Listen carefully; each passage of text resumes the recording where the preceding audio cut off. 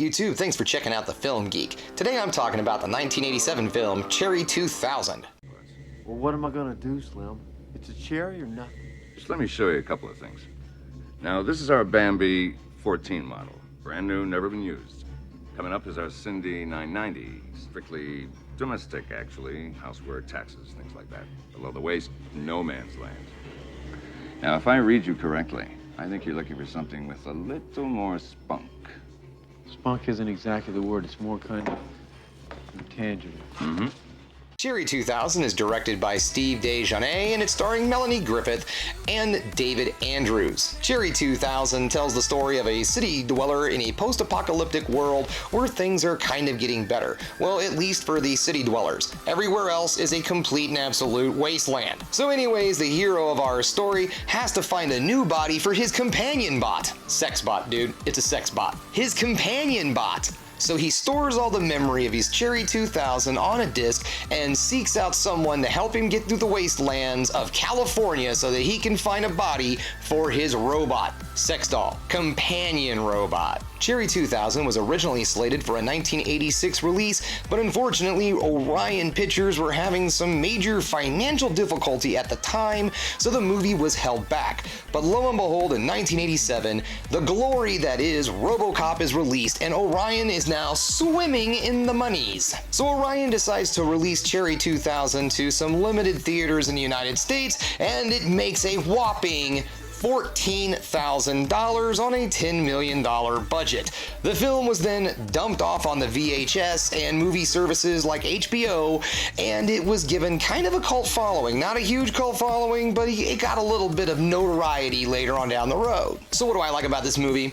Well, first off, I feel that this is a very misunderstood film. Now, what I mean by that is, it's a comedy. This movie is a straight up comedy. This is a spoof on post-apocalyptic films, and in a way, I think might be the strangest romantic comedy in the history of romantic comedies. In my opinion, this movie is a spoof. I feel that this film does nothing but expose tropes to post-apocalyptic films. They all have the same kind of thing. You have a character who's looking for something. You have another character who knows the area, so they, go along with them. Along the way, some kind of weird cult or something starts chasing after them, and it erupts into a big blowout fight at the end of the film, and this just kind of seems to be the way that these post-apocalyptic films of the 80s went. This movie, because of its lightheartedness, it's definitely a spoof. Everything about this movie is it's done on purpose. It's supposed to be silly. It's supposed to be goofy. It's a comedy. Also, too, the film kind of dabbles into some kind of topics of the 80s. For instance, the 80s obsession with technology. Everything had to be overcomplicated with some kind of technology or legal things. His buddies take him out for a drink and they go to a bar where you actually negotiate one-night stands with women. Yeah, it's weird. So this movie tries to make social points and tries to kind of dive into the 80s culture a little bit, but I mean, because of the lighthearted nature and the silliness of the movie, a lot of its subject matter kind of gets lost. I also believe that this film is one of the strangest romantic comedies ever made because it still has the tropes of a romantic comedy while being a spoof about the genre of post-apocalyptic films. It unintentionally becomes a romantic comedy and hits all of the tropes. Boy meets girl, boy-girl have some obstacle to overcome, wackiness ensues, there's a point where they doubt each other's love for each other, but they come together in the end.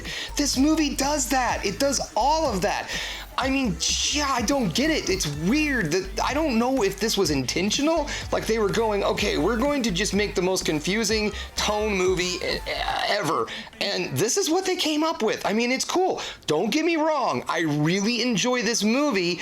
It's just really strange how many different genres kind of smashed together. There were talks of a remake back in 2011, but at the filming of this video, it is 2021, so it doesn't really seem like the remake's gonna happen. Okay guys, if you're curious and you want to check out Cherry 2000, well guess what? It is streaming right now on Tubi TV for free with commercials. So take a little bit of time, check the movie out. It's a lot of fun. You're not gonna regret it. You're gonna enjoy this movie. Just remember, this is a comedy. Don't take it too seriously.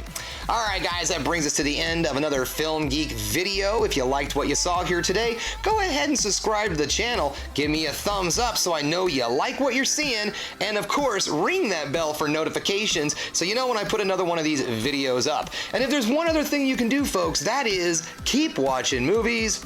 You know I'm gonna.